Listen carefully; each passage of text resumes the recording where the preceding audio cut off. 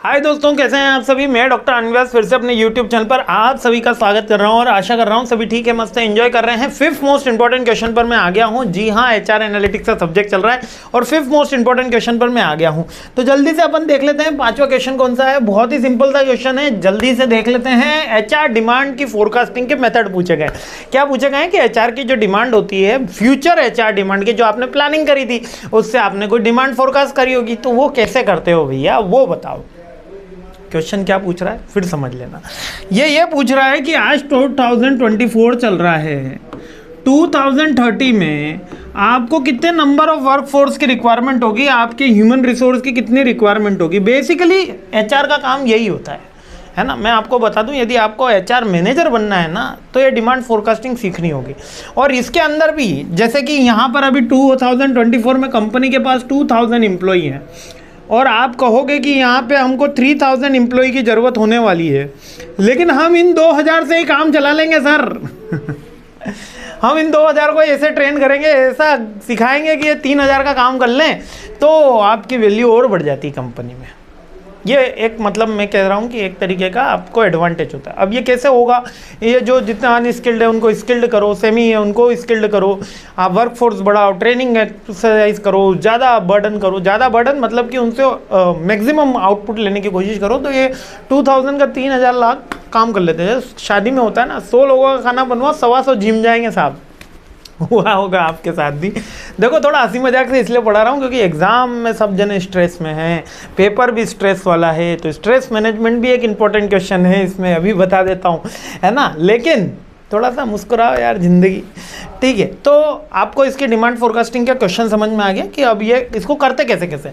सबसे पहले managerial judgement. Manager कहते हैं कि मैंने ये माना है कि मेरा ये एक्सपीरियंस कहता है कि ऐसा ऐसा होना चाहिए। तो मैनेजरियल जजमेंट सबसे सिंपल मेथड होता है जिसमें मैनेजर खुद ही आइडिया लगा लेता है, प्रिस्क्राइब कर देता है, वो क्वेश्चन है, ठीक है। स्ट्रेंथ वीकनेस अब आप सब पढ़ लेना, क्योंकि इसमें इतना केवल अपने को मैनेजर जजमेंट होगा तो सिंपल वे है, बजटेड फ्रेंडली है, और वीकनेस क्या होगा कि एक्यूरेसी होने की संभावना कम होती है। Trend analysis. ट्रेंड यानी कि पिछले साल 20% बढ़ा था, इस साल 20% बढ़ा है, तो अगले साल भी 20% बढ़ेगा। ये हमारा ट्रेंड एनालिसिस होता है। सिंपल है। एडवांटेज क्या है, क्योंकि डेटा ड्रिवन टेक्निक है। वीकनेस क्या है, क्योंकि ट्रेंड वेरी करता है, क्योंकि मार्केट में डिमांड हमेशा वेरी करती है।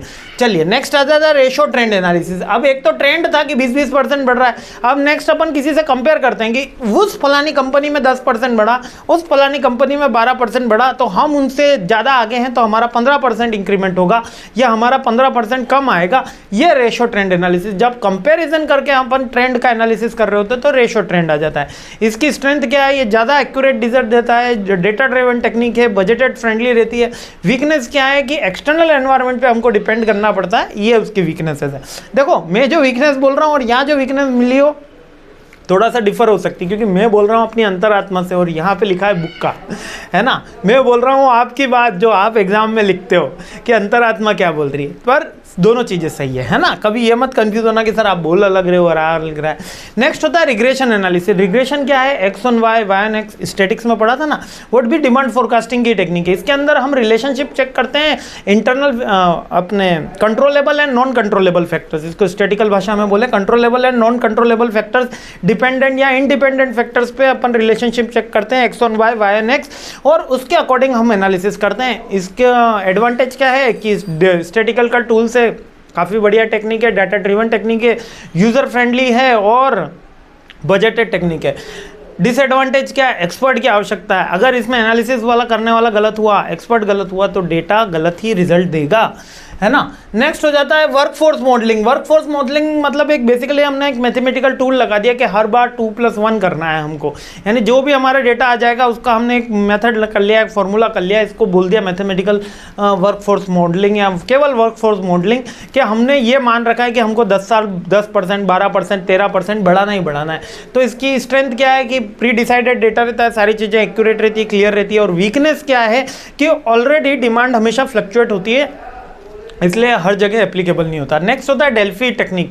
डेल्फी के अंदर हम क्या करते हैं, किसी एक्सपर्ट को बुलाते हैं, हमसे तो ना हो पाएगा भैया, आप बताओ कि कितने होने वाला है, तो वो डेल्फी टेक्निक या एक्सपर्ट बेस्ड अप्रोच होती है। यानी कि यहाँ हम कंपनीज को ट्राई करते हैं, गूगल के पास जाएंगे, जो एचआर की बड़ी बड़ी फर्म है, लिंक्डइन के पास जाएंगे और बताएंगे कि नेक्स्ट जनरेशन में कितनी मैन पावर की हमको रिक्वायरमेंट होने वाली है, हमारी कंपनी इस करोड़ से इतने करोड़ बनने वाली, तो वो हमें बताएगा।